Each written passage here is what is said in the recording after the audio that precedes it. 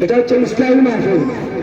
অনেকে আমরা শুনে আসছি ইসলামী মহাসম্মেলন, তাফসীরুল কোরআন মাহফিল, ওয়াজ মাহফিল, ইসলামী সমাবেশ।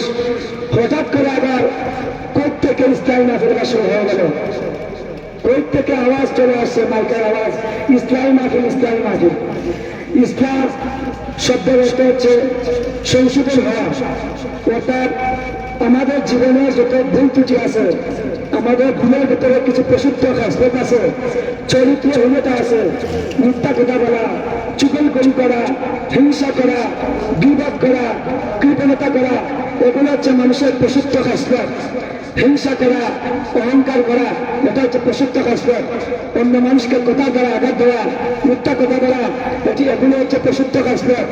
অহংকার, হিংসা, লোভলাসা, কৃপণতা, এগুলা আল্লাহ পাক রব্বুল আলামিন প্রত্যেক নরনারী মুমিন মুসলমানদেরকে পৃথিবীতে সৃষ্টি করে পাঠিয়ে রেখেছেন, যাতে করে প্রতিটি নরনারী এই আত্মার উপরে মেহনত করে, যেন পেশা মাজা মুজাদা করে দ্রুত পবিত্র আত্মার জন্য আল্লাহ দরবারে হাজরা দিতে পারে। এজন্যই আল্লাহ পাক রব্বুল আলামিন আপনাকে আমাকে পৃথিবীতে পাঠিয়েছেন।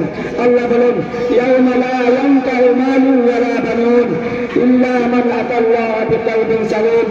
হাসরের ময়দানে কোনো কিছুই কাজে আসবে না, একমাত্র কাজে আসবে পবিত্র আত্মা, পরিশুদ্ধ আত্মা। দুনিয়ার কোনো কিছুর মাধ্যম